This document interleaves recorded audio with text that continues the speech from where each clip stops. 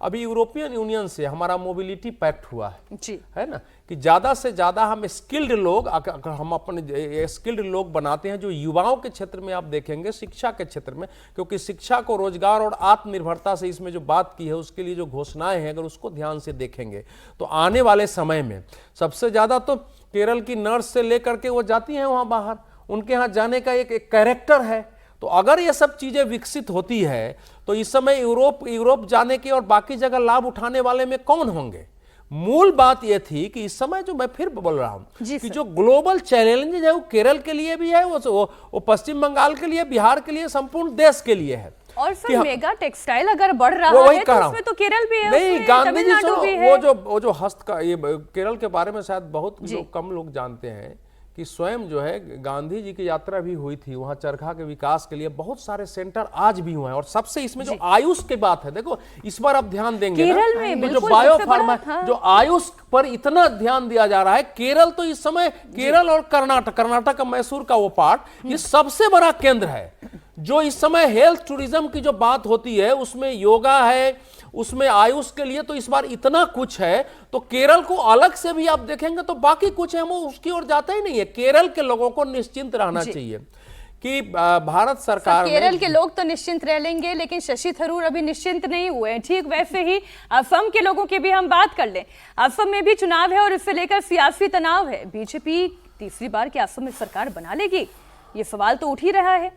BJP ने राज्य की 126 सीटों में से 95 में से 104 सीटें जीतने का लक्ष्य रखा है।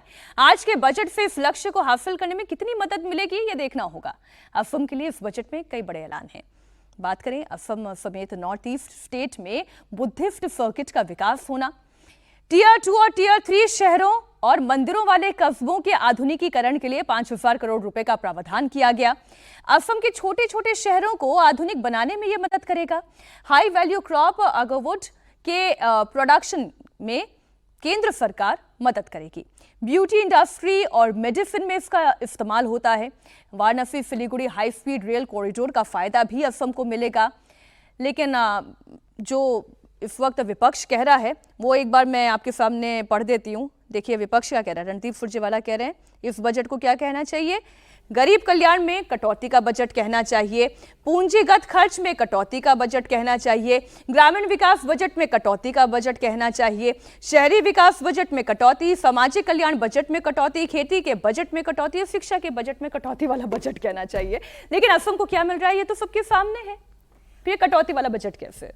मीनाक्षी जी देखिए, कभी भी जब बजट आता है, मैं कहती हूँ कस्बे से लेकर देश चलाने तक में हर सरकार के सामने दो रास्ते होते हैं, या तो पॉपुलिस्ट बन के रहना या रियलिस्टिक बन के रहना अपने लॉन्ग टर्म विजन को देखते हुए। तो मैं एक आम नागरिक की तरह, एक भारतीय की तरह बहुत खुश हूं कि इस बारी सरकार ने पॉपुलिज्म से हटकर एक रियलिस्टिक बजट की बात जो की है। और जो ये बार बार कह रहे हैं यहां कटौती, वहां कटौती, यहां कटौती, देखिए पूरी एक पाई होती है, उस पाई में से ही हर जगह कुछ कुछ जाना होता है।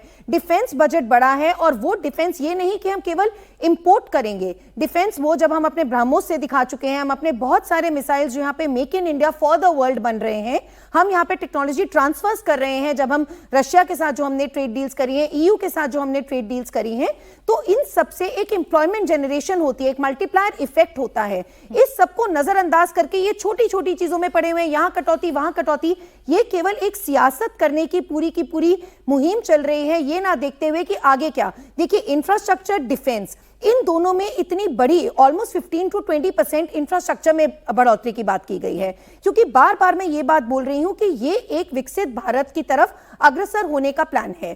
क्योंकि जब भी आप देखें, चार चीजें बहुत अहमियत रखती हैं मीनाक्षी जी। एक होती है फाइनेंशियल, एक होती है टैक्स, एक होती है ऑपरेशनल और एक होती है रेगुलेटरी। फाइनेंशियल में आती हैं कि आप क्रेडिट, थोड़ा सब्सिडीज दें, आप मैन्युफैक्चरिंग को बढ़ाने की बात करें, वो सारा इस बजट में बिल्कुल विजन की तरह देखा गया है।